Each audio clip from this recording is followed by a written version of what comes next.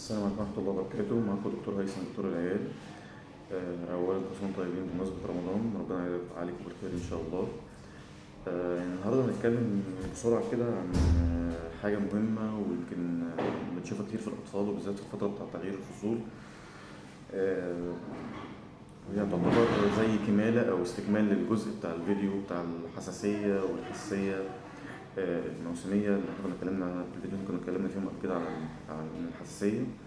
بس احنا هنتكلم على حاجة مهمة قوي وخطر قوي، اللي هي السعال الديكي او الكحة الدباحة.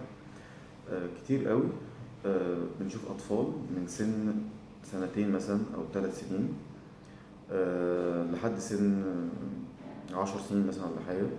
الام تيجي تقول لك ده بالليل متاخر من بعد الساعه 1 كده، ونايم كويس ومفيهوش اي حاجه خالص، وفجاه لقيناه عمال قايم من النوم مش عارف ياخد نفسه، بيكح جامد وفي صوت غريب يا دكتور طالع منه كده كانه بيتخنق، او صوت زي صوت الزماره، ومش عارفين يعملوا ايه تمام. هي دي كحه دباحه او صعد ديكي. ايه هي الكحة الدباحة او هو صعد الديكي ده؟ التهاب في مجرى الهواء، بالذات الجزء اللي من فوق اللي هو يعتبر الحنجرة يعني. احنا عندنا الحنجرة بتبقى فيها زي الأحبال الصوتية، جزء كده بيتحرك. الجزء ده لما بيتحرك بيساعدنا على إن احنا ناخد نفس أو نتكلم، بينظم دخول وخروج الهواء. طيب الجزء ده لو جه فيه التهاب فيروسي أو عدوى فيروسية، والالتهاب ده زاد شوية وما اتعالجش، بيبتدي يورم ويتضخم ويقرب من بعضه لحد ما يبقى على وشك ان هو يقفل. لما يبتدي يقرب ويورم كده، الطفل بيحس كأن في حد بيخنقه ويكح كحة. بتبقى كحة غريبة شوية، كأن فعلا بيتخنق بنفس الطريقة دي. فاحنا ايه المطلوب منا؟ المطلوب منا ان احنا لما نشوف الطفل بالطريقة دي ما نحاولش ان احنا نديله اي حاجة، لازم نطلع المستشفى ايا كان الوقت. تمام. ما تحاولش تديله دواء كحه من عندك، ما تحاولش تديله جلسات من عندك، لان في انواع جلسات معينه مع الكحه دي ممكن تزود وتسوء الموضوع زياده.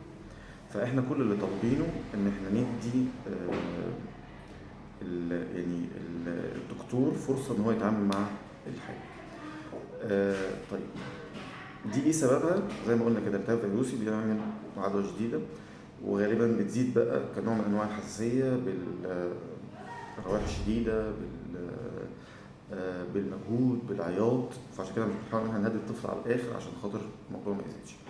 طيب انا كأم وظيفتي في البيت، وظيفتي في البيت ان انا لو متاكده ان هي كحه دباحه بنسبه 100%، وده بيبقى صعب شويه، بحاول ان انا اديله جلسه دم برضه.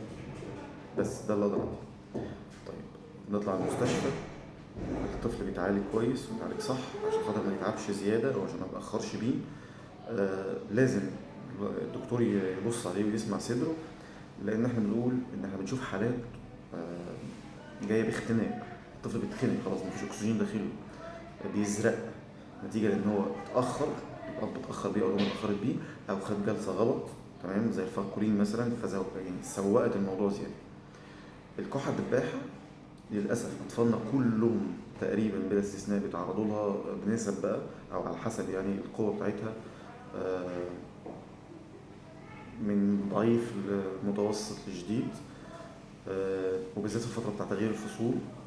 وللأسف هي على قد ما هي بسيطة أوي في الأول وممكن تختفي من غير أي قلق في خلال أول 10 دقايق ربع ساعة، إلا إننا بنشوف منها مضاعفات ملهاش لازمة بسبب إن الأب ما بيرضاش ينزل، لأن هي زي ما بقول كده بتهاجم الطفل في وقت متأخر بعد ما ينام بشوية قبل الفجر كده.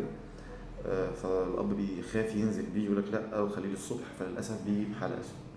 الكحة الدباحة مش خطيرة في الأول وسهلة جدا، ونتمنى إن احنا نتعامل معاها صح عشان خاطر ما نشوفش كل الأعداد دي من الأطفال اللي جايين بيها للأسف في حالات متأخرة وتعبانين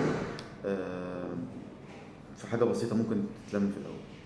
نشوفكم فيديو جديد مع دكتور هيثم، دكتور العيال. كل سنة وانتم طيبين. السلام عليكم ورحمة الله وبركاته.